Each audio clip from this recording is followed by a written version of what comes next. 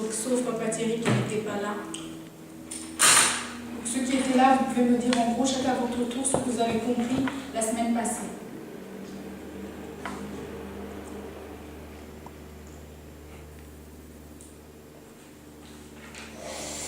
Allô?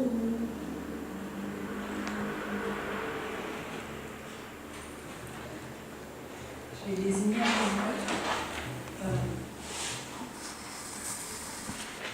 Voilà, tu nous as parlé de la croissance spirituelle. En fait, pour moi, pour pouvoir grandir, il faut prier, prier sans cesse, qu'il soit tout le temps connecté, qu'il soit tout le temps dans la présence de Dieu, et puis lire et comprendre la parole de Dieu, parce qu'on a besoin de ça pour pouvoir grandir. Il faut tout le temps lire. Il faut tout le temps lire les Écritures et il faut tout le temps vérifier par rapport à ce qu'on nous dit.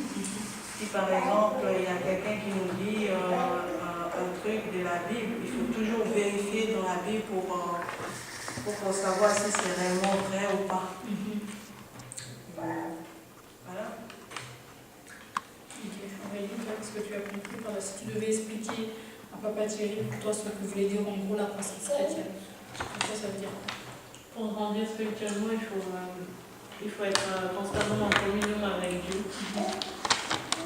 Il faut lire la parole de Dieu chaque jour, prier sans cesse. Il faut examiner les Écritures pour voir ce qu'on nous dit est exact. Et on a des armes pour ça, on a la Bible, et il y a tout dans la Bible. Il faut respecter les commandements et les mettre en pratique. Et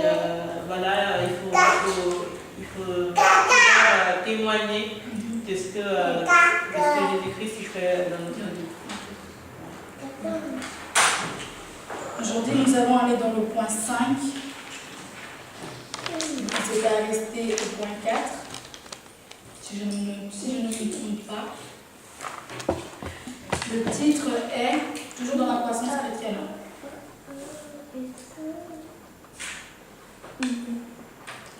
Le titre est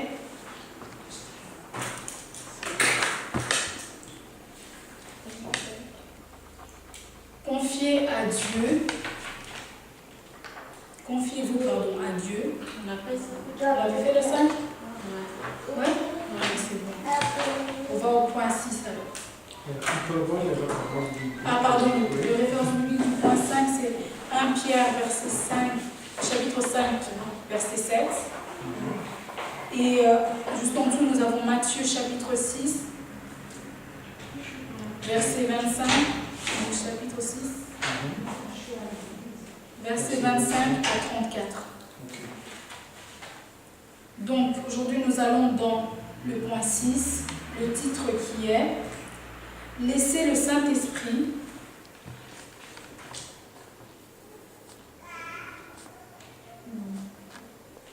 diriger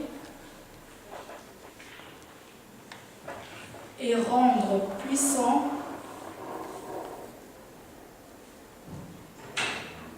votre vie quotidienne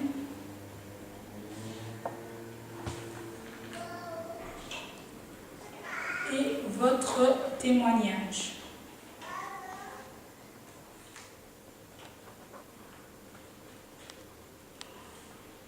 Je redis le titre.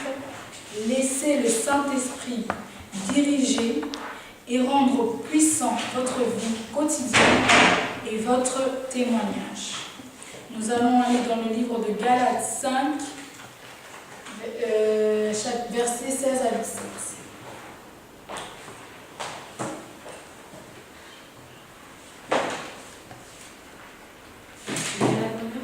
Galates 5, versets 16 à 17.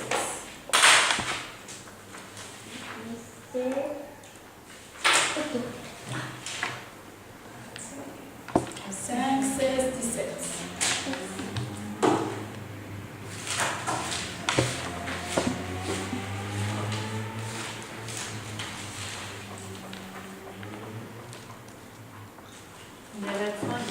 16 à 17. Tout le monde a trouvé? Galates 5, verset 16 à 17. Si c'est bon pour tout le monde, vous pouvez le dire. Galates 5, verset 16 à 17. Oui. Je dis donc, marchez selon l'esprit, et vous n'accomplirez pas les désirs de la chair. Car la chair a des désirs contraires à ceux de l'esprit, et l'esprit en a de contraires à ceux de la chair. Ils sont apposés entre eux, afin que vous ne fassiez point ce que vous voudriez. On peut quand même descendre encore jusqu'au 18. Si vous êtes conduits par l'esprit, vous n'êtes point sous la loi. Donc ce verset qui nous dit, pourquoi est-il important de laisser Dieu nous diriger?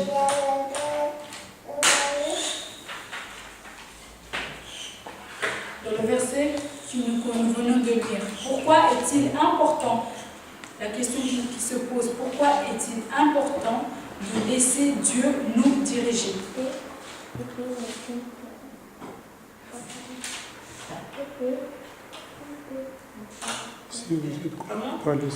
Pourquoi est-il important de laisser Dieu nous diriger? Pourquoi est-il important? Selon ce verset. Oui, selon le verset. Il me semble que c'est parce que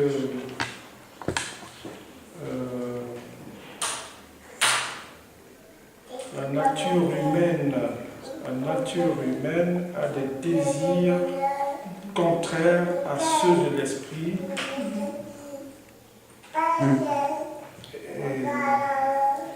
Et l'esprit a des désirs contraires à ceux de la nature humaine.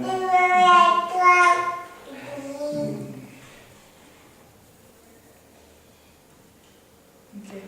Et quand on dit les désirs, là on nous dit bien qu'on doit se laisser marcher par le Saint-Esprit pour ne pas accomplir les désirs de la chair. Parce que les désirs de la chair sont contraires aux désirs de l'esprit. Donc les désirs de la chair, il y a plusieurs sortes de la chair, des désirs de la chair. Pouvez-vous me citer quelques-uns des désirs de la chair? Moi, je cite la haine. Il y a plusieurs sortes de désirs. Connaissez-vous certains désirs de la chair qui est contraire à l'esprit? La jalousie. L'impudicité. La colère. Donc vous voyez, en tant qu'enfant de Dieu, on nous dit souvent que quand nous avons reçu l'Esprit Saint, quand nous avons eu notre baptême par eau, par esprit, quand nous savons que nous faisons quelque chose de mal, nous avons cette petite voix à l'intérieur de nous qui nous fait comprendre que ce que nous avons fait est mal. Nous avons cette petite voix-là qui nous fait comprendre que ce que nous sommes en train de faire, ce que tu as fait n'est pas bien. Cette voix-là nous pousse tout de suite à se repentir, à demander pardon, parce que nous avons cette moralité qui nous revient en tête, parce que nous avons le Saint-Esprit qui est bien là en nous, parce qu'on nous dit que le Saint-Esprit, il ne nous quitte pas. Le Saint-Esprit, depuis que nous l'avons eu, nous pouvons attrister le Saint-Esprit en faisant des désirs qui sont contraires à la chair. Des désirs qui sont contraires à l'esprit, pardon. Nous pouvons l'attrister. Il peut s'endormir pendant quelques temps. Mais nous avons le devoir de le réveiller par des prières, le réveiller par des supplications. Dieu, cet Saint-Esprit-là qui est en nous, il se réveille. Donc il se réveille. Donc à chaque instant que nous faisons des choses qui sont contraires à l'esprit, normalement, comme nous avons accepté Seigneur comme Jésus-Christ et Sauveur, nous avons cette petite voix à l'intérieur de nous qui nous dit, c'est pas bon ce que tu as fait. Ce que tu fais là, c'est pas bon. Donc qui nous remet tout de suite dans le droit chemin, qui nous permet tout de suite de revenir en arrière pour peut-être demander pardon et pour améliorer ce que nous avons pu faire pour offenser soit un frère ou une soeur ou offenser tout d'abord Dieu. Parce qu'il nous demande, avant de venir à lui, nous devons d'abord faire ce que nous avons fait en tant que chrétiens, en tant qu'enfants de Dieu. Après, allons-y auprès du Père, lui exposer les faits.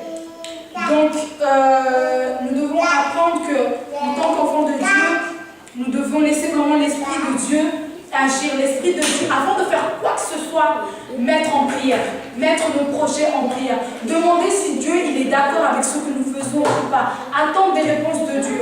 Parce que nous avons souvent tendance à faire ce que notre chair désire. Nous sommes faibles. Nous avons été créés par le péché. Nous n'avons pas été créés comme Dieu. Dieu, la façon dont il a été créé est exceptionnelle. Car Dieu, à la fois, nous ne savons pas le définir. Mais dans la Bible, il fait écrit que nous sommes nés du péché. Nous depuis notre naissance, nous sommes faits du péché. Donc nous devons absolument, il est important pour nous, en tant qu'enfants de Dieu, de suivre ce que l'Esprit nous dit. Quelles que soient les décisions, que ce soit les plus importantes de notre vie, ne pas oublier, laisser Dieu et placer Dieu au devant.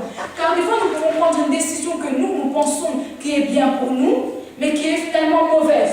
Comment allons-nous savoir si elle est bien ou pas? C'est quand vous prenez la décision et que depuis que c'est la décision que vous avez prise, il n'y a rien qui n'arrange, il n'y a rien qui change, il n'y a rien qui n'améliore.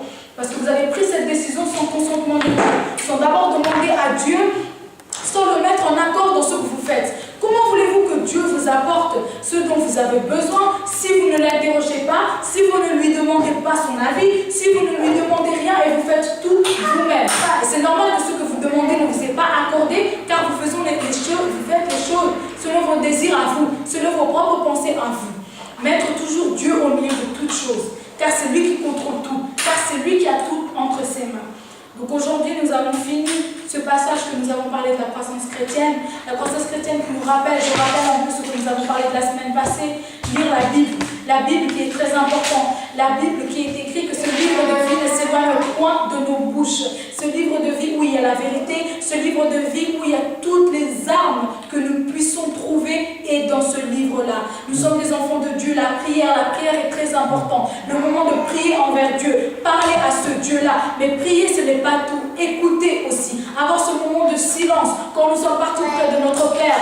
Nous déposer nos problèmes, nos craintes, tous ceux qui nous tourmentent auprès de nos pères. Et tout simplement aussi, on n'est pas obligé d'aller seulement auprès du Père pour rencontrer nos soucis. On peut tout simplement aller vers le Père aussi pour lui dire merci.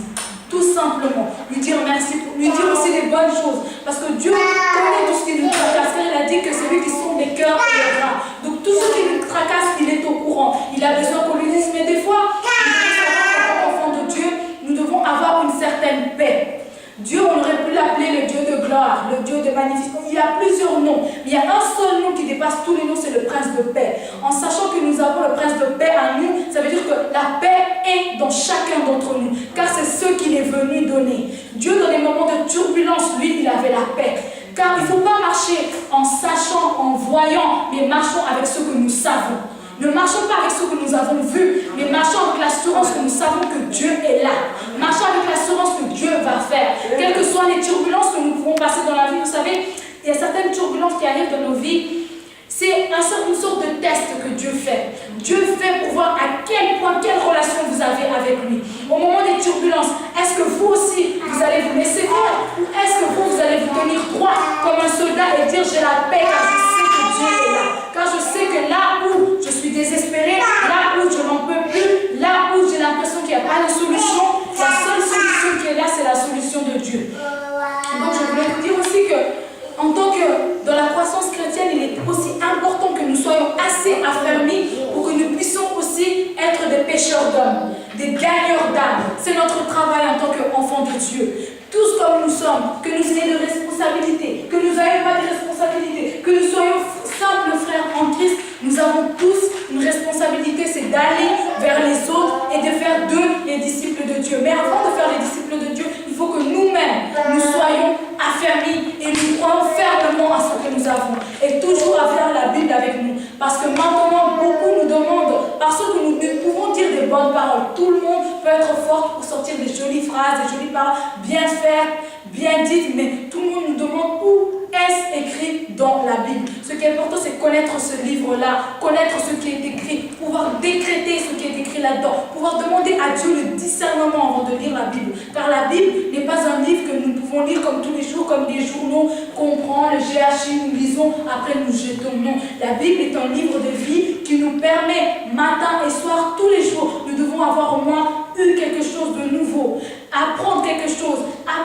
dire à Dieu, Seigneur, avant d'ouvrir ce livre de vie, Père, donne-moi le discernement, que je puisse discerner, que je puisse décortiquer tout ce qu'il y a là-dedans, pour que moi aussi, ce que je reçois, je puisse donner. Car il nous dit, nous avons reçu gratuitement et nous donnerons aussi gratuitement.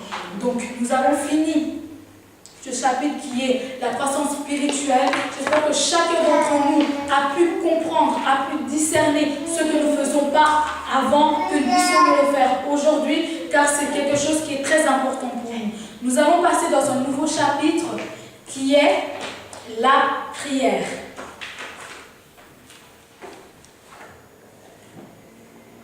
Le grand titre est la prière.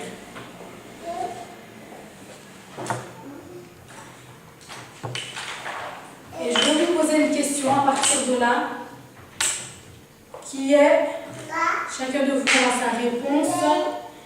Qu'est-ce que ça veut dire pour vous la prière? Que signifie pour vous la prière? La prière, parce qu'on nous dit souvent prier sans cesse, nous devons prier, mais pour vous, que signifie prier? Que signifie pour vous? Que comprenez-vous par le mot prier? Être en communion avec Dieu, se confier à lui. La prière, que signifie-t-elle pour vous? La prière, à mon sens, c'est parler à Dieu. C'est une manière de parler à Dieu. Parler à Dieu pour plusieurs raisons. Se confier à lui. Se confier à lui. Moi, je sais pas, c'est ça la prière. Se confier à Dieu. Et que la vie, être en connexion. Voilà, c'est le mot que je cherchais. Le dialogue. Nous pouvons prier, nous pouvons demander à Dieu, mais quand on parle à Dieu, Dieu est une personne qui nous écoute. Dieu est une personne qui nous répond aussi. Quand nous prions, c'est parler à Dieu. Certes, vous avez tous répondu, c'était une bonne réponse. Mais ce qui est important à retenir là-dedans aussi, c'est que prier, c'est avoir un dialogue avec Dieu. Vous parlez à Dieu, vous prenez le temps aussi d'écouter, parce que Dieu aussi a besoin de nous parler. Dieu aussi, des fois, il y a certaines réponses à des prières que Dieu peut vous accorder. Mais quand nous arrivons devant Dieu et que nous parlons, et nous ne prenons pas le temps d'écouter, nous avons dit tout ce que nous avons envie, et après nous disons Amen, et puis on repart. Non, ce n'est pas ça. Quand nous prions, nous parlons à Dieu, accordons un moment aussi d'écoute. Nous avons parlé, nous avons dit tout ce dont nous avons besoin de dire, mais nous avons aussi pris un temps où nous avons laissé entendre, nos oreilles ont été ouvertes, tous nos sens sont actifs, que nous laissons Dieu nous parler, que nous laissons Dieu nous répondre, que nous laissons Dieu, celui-là aussi, avoir les réponses que nous cherchons. Des fois, les réponses, elles ne prennent pas autant de temps. Des fois, Dieu nous parle directement, mais nous ne sommes pas en connaissance parce que nous ne laissons pas, nous ne prenons pas assez de temps pour parler à Dieu. Donc, prier, c'est parler à Dieu. C'est écouter Dieu. Donc, prier, c'est parler à Dieu. Prier, c'est écouter Dieu. Prier, c'est un dialogue avec quelqu'un qui est proche de nous, qui nous écoute et qui nous aime beaucoup.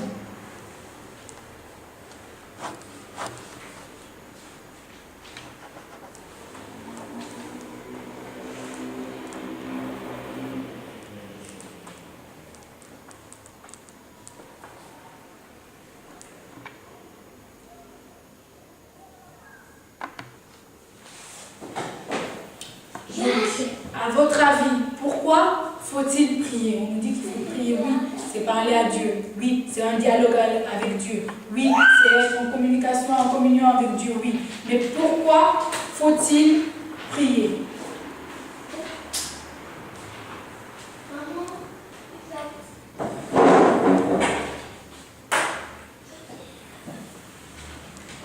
Une petite question, pourquoi faut-il prier? Pourquoi? Pourquoi devons-nous prier?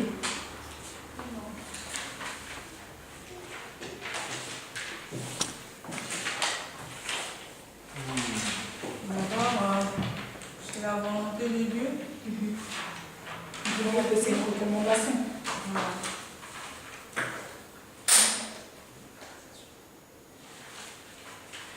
Nous allons lire dans 1 Thessaloniciens 5, 17. Si vous vous souvenez, on avait déjà lu ça le mardi passé. Et j'avais même dit que c'était le passage le plus court de la Bible. Pour moi, 1 Thessaloniciens 5. Oui, c'était...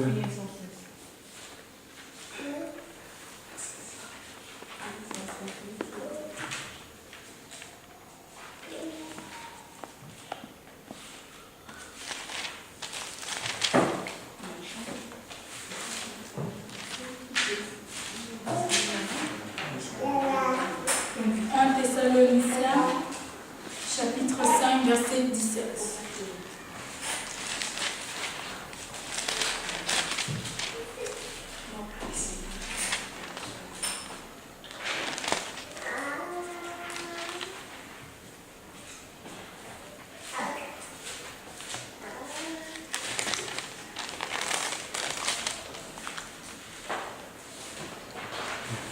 Priez sans cesse. Qui nous dit prier sans cesse.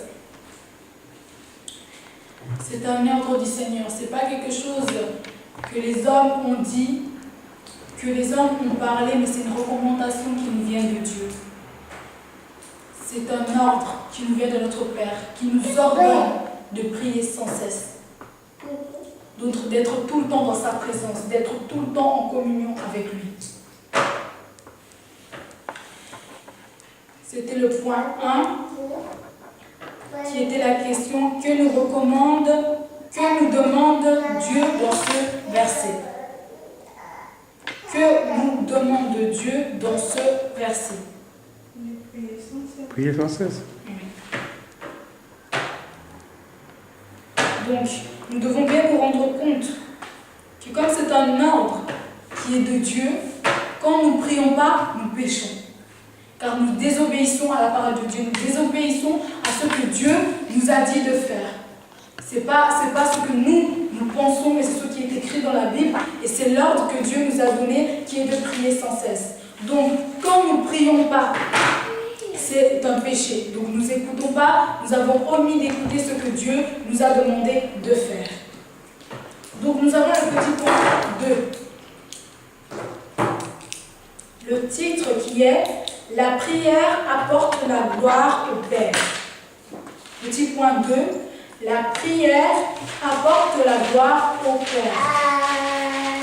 Nous allons aller dans Jean 14, versets 12 à 14. Jean 14, versets 12 à 14. Le titre est « La prière apporte la gloire au Père ». La prière apporte la gloire au Père. Jean 14, versets 12 à 14. La prière apporte la gloire au Père.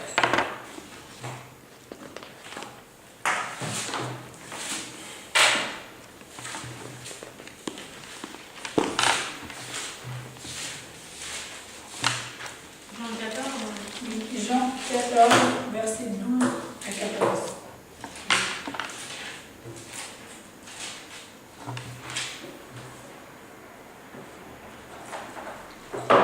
Jean 14, versets 12 à 14.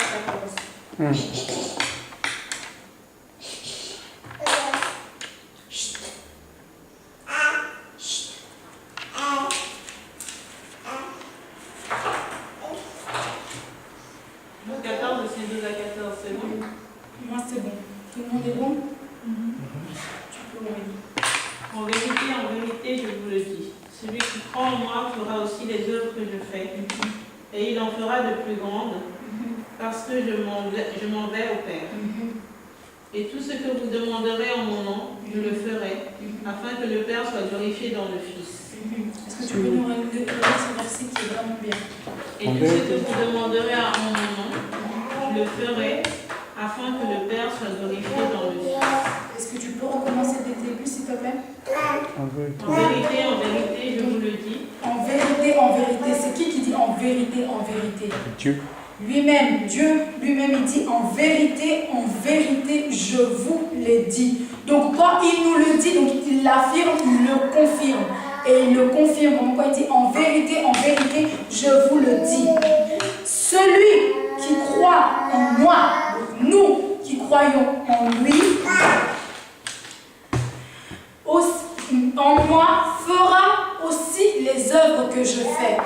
Celui qui croit en moi fera aussi les œuvres que je fais. Donc, nous qui croyons en Dieu, nous avons la capacité de faire les œuvres que Dieu, lui, il a accomplies. Parce que c'est ce qui est écrit dans sa Bible. Il dit en vérité, je vous le dis. Celui qui croit en moi fera aussi les œuvres que j'ai faites. Donc, ceux qui croyons en Dieu, il nous demande qu'une chose, de croire en lui. Celui qui croira en lui, celui qui mettra sa foi en lui, celui qui placera son espérance en lui, celui qui lui donnera tout à lui, pourra faire ce que le Père a aussi fait. Parce que ce n'est pas quelque chose qui a été dit, mais c'est ce que lui a confirmé et nous a affirmé que nous avons les capacités en tant qu'enfants de Dieu, car nous croyons en lui, de faire les œuvres que lui-même a fait. Donc rien n'est impossible à celui qui croit. Parce que nous avons cru, nous recevrons et nous ferons à notre tour.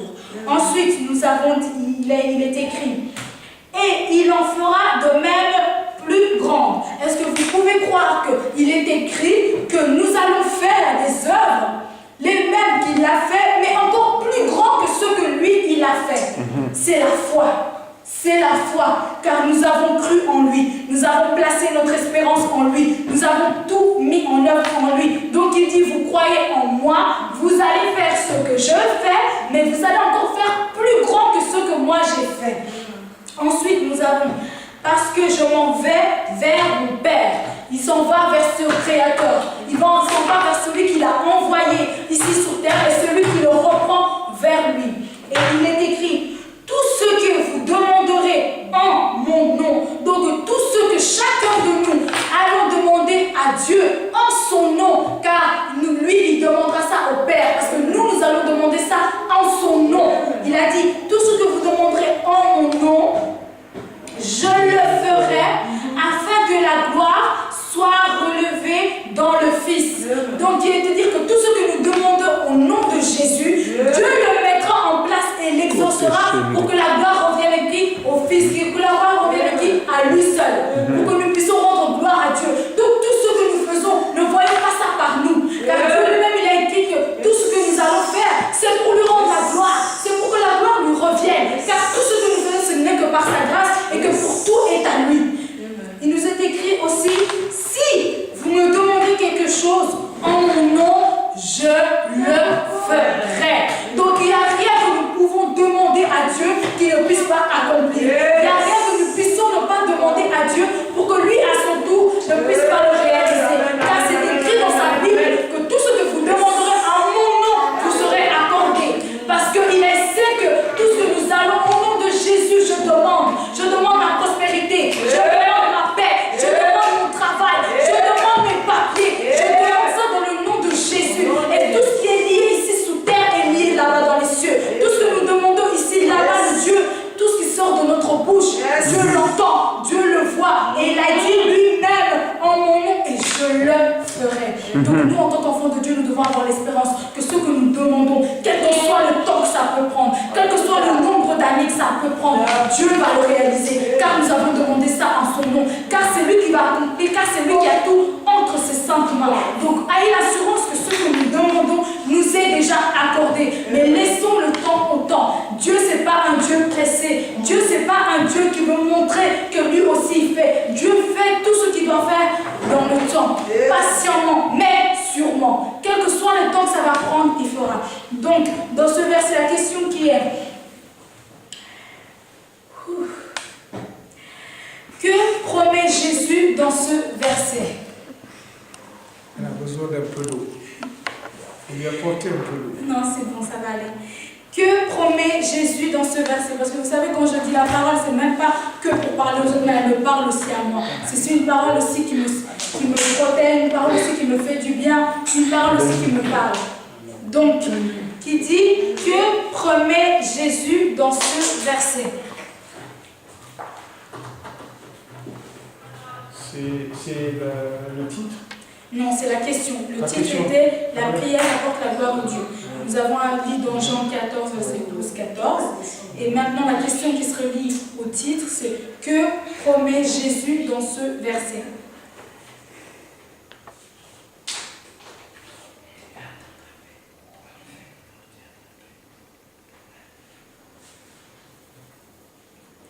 Nous avons la réponse A qui dit « Celui qui croit en lui », le petit point A en dessous de la réponse, nous avons deux réponses, nous avons le A et le B.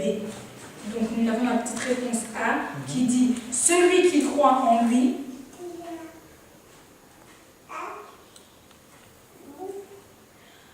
fera les œuvres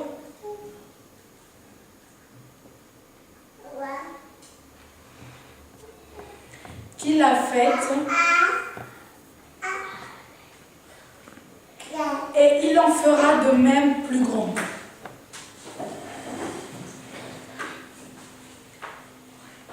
Petit B, toujours la réponse, une deuxième réponse.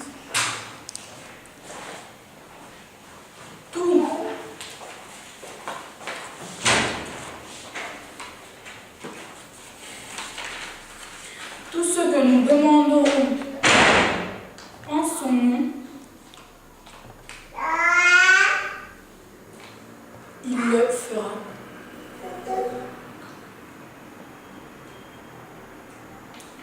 Nous avons une petite question encore en dessous qui dit « Pourquoi Jésus promet-il de faire tout ce que nous lui demanderons ?» Et là, j'aimerais avoir une réponse de votre part. Je vous ai déjà donné les deux réponses, du petit point A et du petit point B. Nous avons la petite question qui dit « Pourquoi Jésus promet-il de faire tout ce que nous lui demanderons ?» Pourquoi Dieu promet-il cela? Pourquoi il promet de faire tout ce que nous allons lui demander?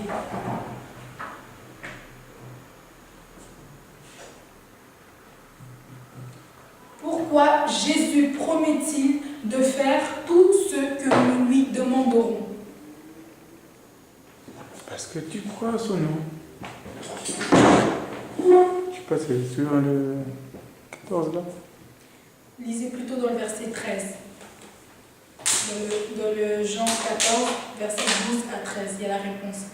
Pourquoi Jésus promet-il de faire tout ce que nous lui demanderons? Afin que la gloire du Père soit révélée dans le Fils. Afin que la gloire du Père soit révélée dans le Fils. Amen, c'est la réponse. Afin que la gloire que le Père soit glorifiée dans le Fils. Afin que le Père soit glorifié dans le Fils. Pour que la gloire nous revienne dans tout ce que nous faisons, dans tout ce que nous accomplissons, dans tout ce que nous demandons et que nous ferons et que nous ferons encore. Nous devons toujours rendre gloire à Dieu. Car tout ça est de lui. C'est pas par notre propre force que nous sommes arrivés, mais c'est par Dieu. Donc apprenons à rendre gloire à Dieu dans tout ce que nous faisons, dans tout ce que nous accomplissons dans nos vies. Nous allons aller dans le point 3.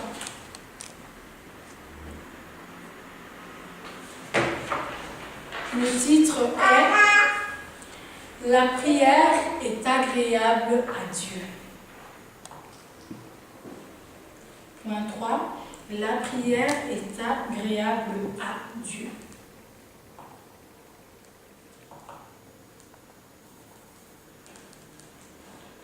Nous allons lire dans Proverbe 15,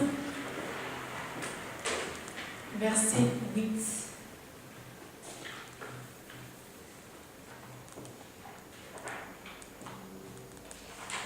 Proverbe 15, verset 8.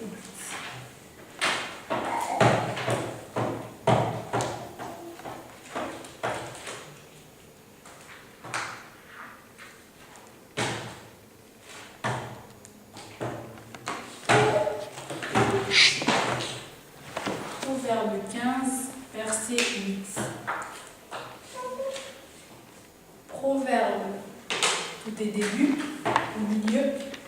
Proverbe 15, au milieu, verset 8. Milieu.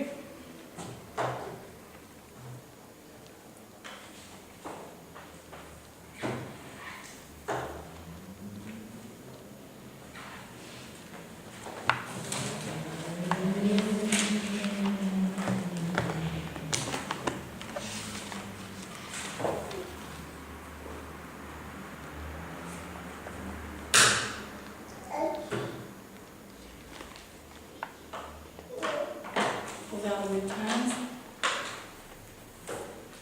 verset 15. Proverbe 15, verset. Qui nous dit: le sacrifice qu'offre le méchant fait horreur à l'Éternel, tandis que la prière des hommes droits lui est agréable. Je recommence. Le sacrifice qu'offrent les méchants fait horreur à l'Éternel, tandis que la prière des hommes droits lui est agréable. Que comprenez-vous par là? Le sacrifice qu'offre le méchant fait horreur à l'Éternel, tandis que la prière des hommes droits lui est agréable. Que la prière des hommes droits lui est agréable. Que comprenez-vous par ce verset? Je relis. Le sacrifice des méchants est horreur. Le sacrifice qu'offre les méchants fait horreur à l'Éternel, tandis que la prière des hommes droits lui est agréable. Le sacrifice des méchants est... Le sacrifice des méchants...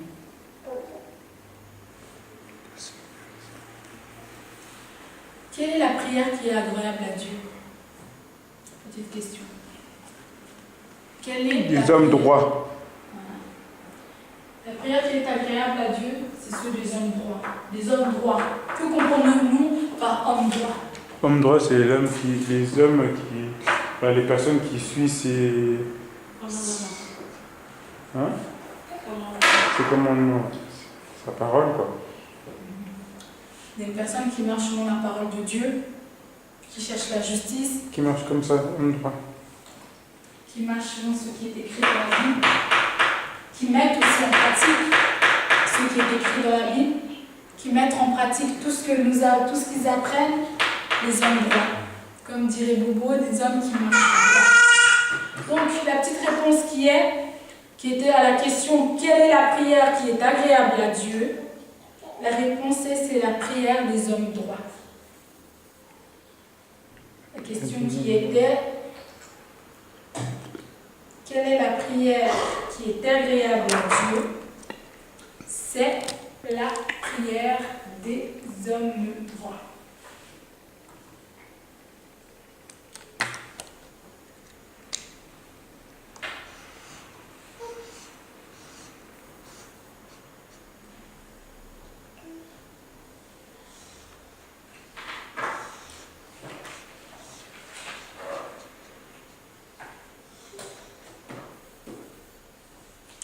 Nous allons dans le point 4 et nous allons lire dans Matthieu 26, verset 41. Le point 4, parce que là nous avons fait 3, la prière qui est agréable à Dieu. Matthieu. Après, nous avons le point 4 qui n'a pas les titres, qui nous dit de suite de lire dans Matthieu 26, verset 41. 41. Chapitre 26. 26, verset 41.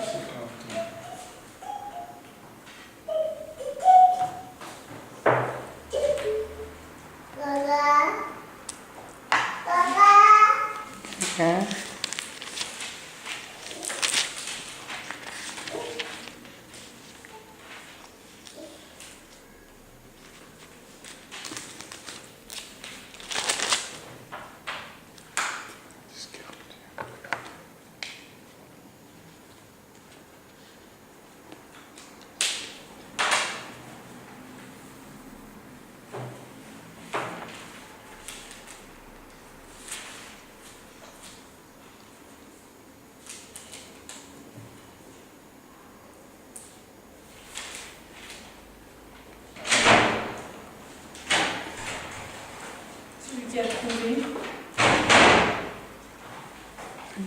Matthieu 26, verset 46, verset 41. priez et priez. Matthieu 26, verset 41. Excusez, mais la chair est faible. Veillez et priez afin que vous ne tombiez pas dans la tentation. L'esprit est bien disposé, mais la chair est faible.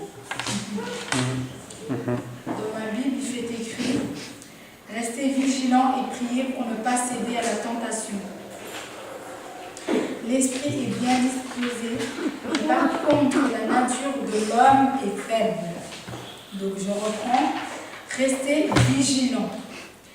Restez vigilants et priez pour ne pas céder à la tentation. L'esprit est bien disposé, mais la nature de l'homme est faible. » Donc, qui nous revient à notre titre, la prière. La prière nous permet aussi de vaincre nos tentations. La prière nous permet que quand nous voulons faire quelque chose de mal et que nous prions, nous ne voulons plus faire cette chose qui est mal. Cette chose qui est mal s'arrête. Cette chose qui est mal s'enfuit. Cette chose qui est mal disparaît. La prière a un grand pouvoir. La prière a une grande puissance. Cette puissance de pouvoir arrêter. Cette puissance de pouvoir stopper. Cette puissance qui est de pouvoir stopper net toute mauvaise pensée, toute mauvaise décision, tout ce que nous avons en tête, que nous avons pris et que nous nous sommes dit que nous allons faire sous l'émotion par exemple, sous une situation dont nous ne trouvons pas d'issue et que nous nous disons qu'il n'y a plus que cette situation qui nous dit prier. Prier parce que dans la prière il y a la solution. Dans la prière nous trouverons ce que nous demandons. Dans la prière il y a la paix. Prendre ce temps de prier parce que la prière détruit tout ce qui a été engagé, tout ce qui a été dit, tout ce qui a été fait, toute mauvaise pensée, tout ce qui a été lié. La prière détruit. La prière a une puissance énorme. La prière, nous pouvons prier tout le temps. C'est pour ça qu'on nous dit de toujours prier pour être toujours dans la présence de Dieu. Donc nous avons une petite question qui va avec. Quelle est l'autre raison que trouvez-vous dans ce verset pour lequel nous devons aimer la prière?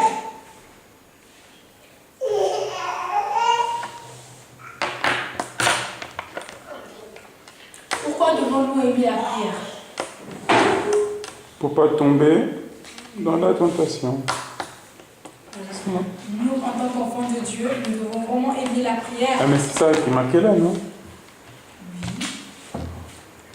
Nous devons vraiment aimer la prière, car c'était la réponse qui est écrite pour ne pas tomber dans la tentation. Donc, qui dit que vraiment la prière est forte. La prière nous permet d'être vigilants. Quand nous prions, nous sommes vigilants. Quand nous prions, on doit vraiment mettre tout de côté. Comme ça, ça nous permet de ne pas tomber dans n'importe quelle est la tentation. Avec la prière, nous ne sommes pas tentés. Avec la prière, nous faisons abstraction de toutes les tentations qui puissent être. Nous allons dans le point 5. Et le petit point 5. Et nous avons un petit titre qui nous dit « Pour recevoir ces bénédictions ». Donc, pour recevoir nos bénédictions.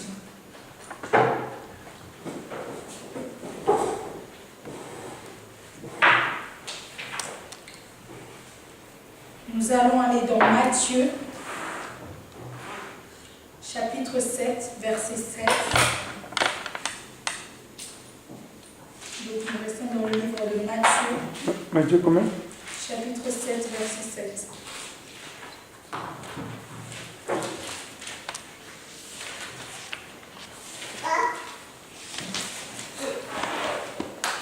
Donc.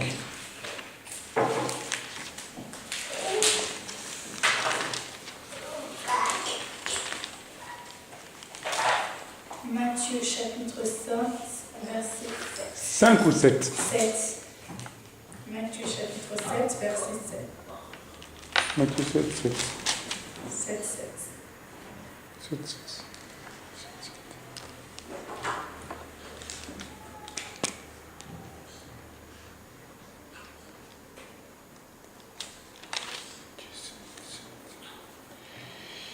Donc.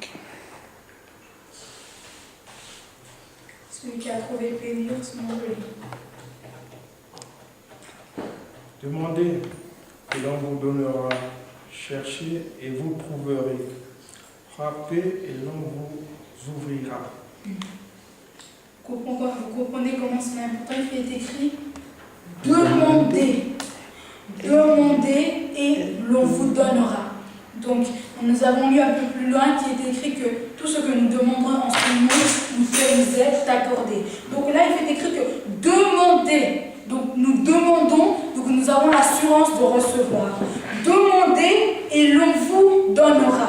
Donc nous demandons et on nous donnera. On nous dit aussi cherchez et vous trouverez. Donc il y a toujours, si vous remarquez, il y a toujours un mot qui commence.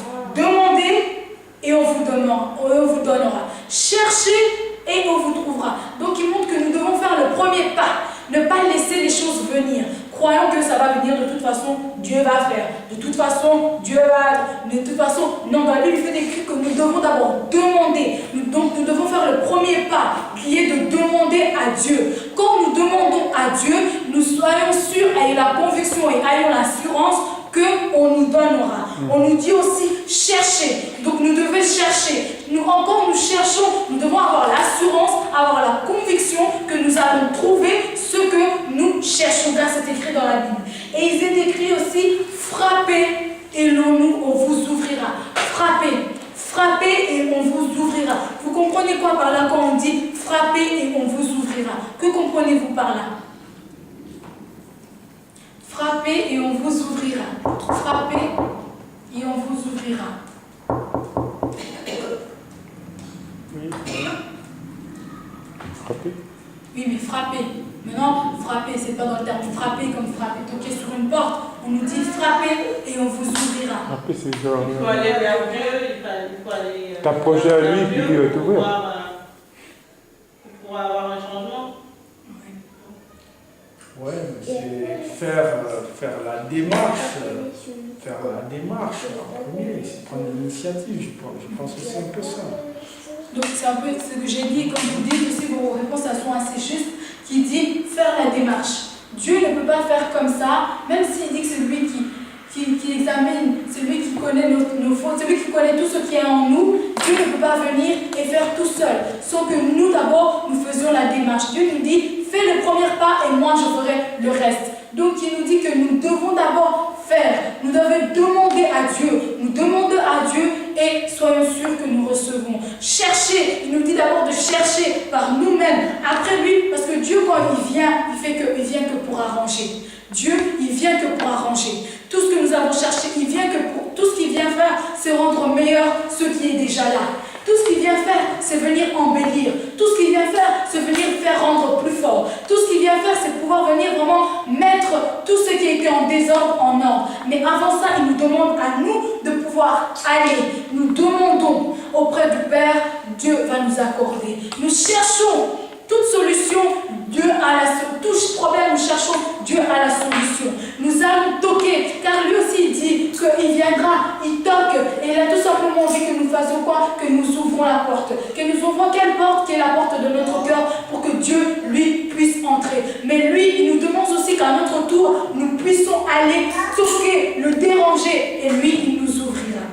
Donc là, nous allons aussi lire dans 1 Jean, chapitre 5, versets 14 à 15.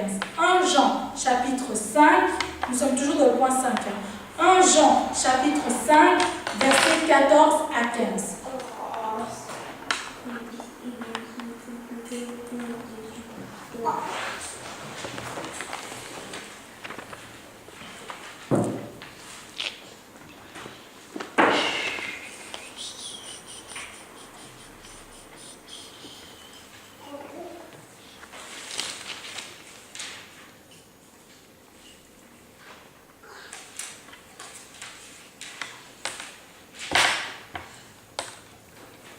Jean chapitre 5, versets 14 à 15. 1 Jean chapitre 15, verset 14, 1 Jean chapitre 5, versets 14 à 15.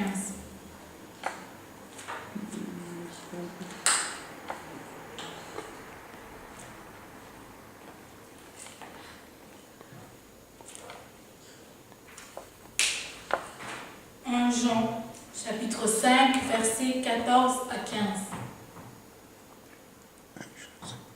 1 Jean 5, 14 à 15. Non, non.